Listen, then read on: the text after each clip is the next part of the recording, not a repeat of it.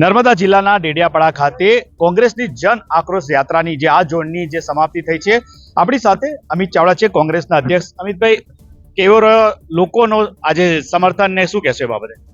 હું કહું કરતા તમારા કેમેરાના વિઝ્યુઅલ્સ દુનિયા જોશે ત્યારે ખબર પડશે કે આ ડેડિયાપાડામાં જે જનાક્રોશ યાત્રા દક્ષિણ ગુજરાતનું સમાપન હતું, હજારોની સંખ્યામાં લોકો જોડાયા, તમામ વર્ગ વિસ્તારના લોકો, આજે કેટલાય લોકો પાર્ટીમાં પણ જોડાયા.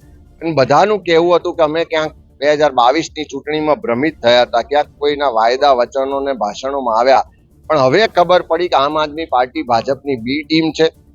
આરએસએસની ડિઝાઇન મુજબ મતોનું વિભાજન કરીને ભાજપને ફાયદો કેવી રીતે કરાવો એ ડિઝાઇન પર કામ કરે છે.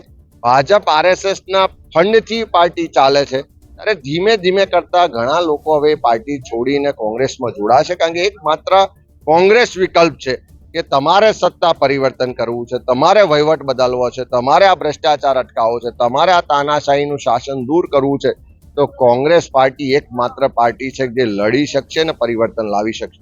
અરે એવા તમામ લોકોને અમે આજે આવકાર્યા પણ છે. આવનારા દિવસોમાં પણ આખા આદિવાસી વિસ્તારમાં અંબાજીથી ઉમરગાંવ સુધી જે આદિવાસી સમાજને અન્યાય થાય છે, જે એની સાથે ભેદભાવ ને શોષણ થાય છે, જે એના જળ જંગલ ને જમીનના અધિકારો છીનવાય છે, એ બધા જ મુદ્દાઓને લઈને લડીશું.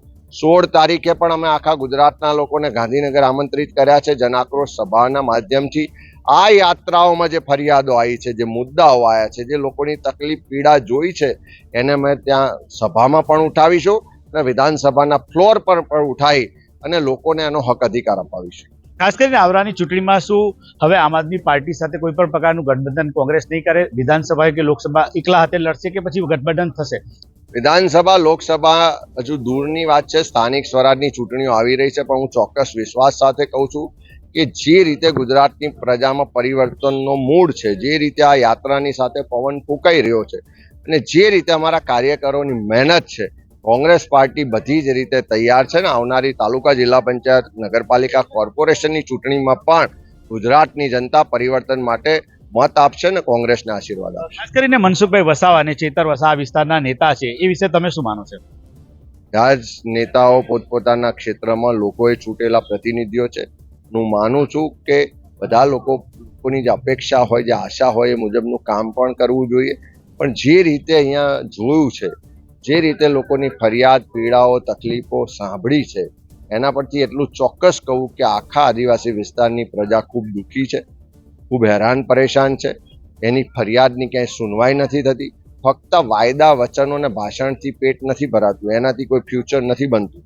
એક ચોક્કસ નીતિ, એક વિચારધારા અને કાર્યક્રમ સાથે જ્યારે આગળ વધીએ, એકમાત્ર કોંગ્રેસ પાર્ટી આપી શકે છે એવું ધીરે ધીરે લોકો માની રહ્યા છે. આ યાત્રાના માધ્યમથી લોકો જોડાઈ રહ્યા છે. છેલ્લો સવાલ, ખાસ કરીને આ વિસ્તાર જે છે, સ્વર્ગીય અહેમદ પટેલનો જે વિસ્તાર છે, તેઓ અહીંયા ખૂબ કામ કર્યું છે. એમના બંને સંતાનો ખાસ દેખાયા નથી, ખાસ કરીને ડેડિયાપાડામાં. એ બાબતે શું કહેશો? અમે જ હતા, મુમતાઝબેન આ યાત્રામાં સાથે જ હતા. આખો ભરૂચ જિલ્લામાં 2 દિવસના પ્રવાસમાં પણ સાથે રહ્યા. આખી યાત્રા દરમિયાન અમારા નાના કાર્યકરથી લઈને અમારા રાષ્ટ્રીય અધ્યક્ષ ખડગે સાહેબ હોય, રાહુલજી હોય કે અમારું તમામ નેતૃત્વ હોય, બધાએ ડાયરેક્ટ ઇનડાયરેક્ટ મદદ કરી છે, શુભેચ્છા પાઠવી છે, હાજરી આપી છે. બધી જ રીતે આ એક કોંગ્રેસનો લોકો વચ્ચે જવાનો કાર્યક્રમ છે. અને કોઈ જ્યારે શરૂઆત નવેમ્બર મહિનામાં કરી ત્યારે કોઈ મત લેવાના નહોતા અને આજે પણ નથી લેવાના. અત્યારે કોઈ ચૂંટણીઓ નથી, પણ એક જવાબદાર વિપક્ષ તરીકે લોકોના પ્રશ્નો સાંભળવા જઈએ, એની તકલીફ પીડા જે છે પ્રત્યક્ષ જોઈએ, જાણીએ, ભ્રષ્ટાચાર જે થઈ રહ્યો છે એની જાત તપાસ કરીએ અને એના માટે લડવાના કાર્યક્રમો સાથે આગળ વધીએ વિચાર સાથે આ યાત્રા પર નીકળ્યા હતા. પહેલા સૌરાષ્ટ્રમાં કિસાન આક્રોશ યાત્રા, ફરી ઉત્તર ગુજરાત, મધ્ય ગુજરાત ને આજે દક્ષિણ ગુજરાત પૂર્ણ થયું. ત્યારે હું માનું છું કે ગુજરાતમાં પરિવર્તનની હવાની શરૂઆત થઈ છે અને આ જનાક્રોશ યાત્રા એ 2027માં જે પરિવર્તન થવાનું એનો શંખનાદ સાબિત થવા જઈ રહ્યો છે. ગુજરાત પ્રદેશ કોંગ્રેસના અધ્યક્ષ અમિત ચાવડા, જેમણે આપણી સાથે ખાસ વાતચીત કરી છે. નરેન્દ્ર પેપરવાલા, ગુજરાત તક, નર્મદા.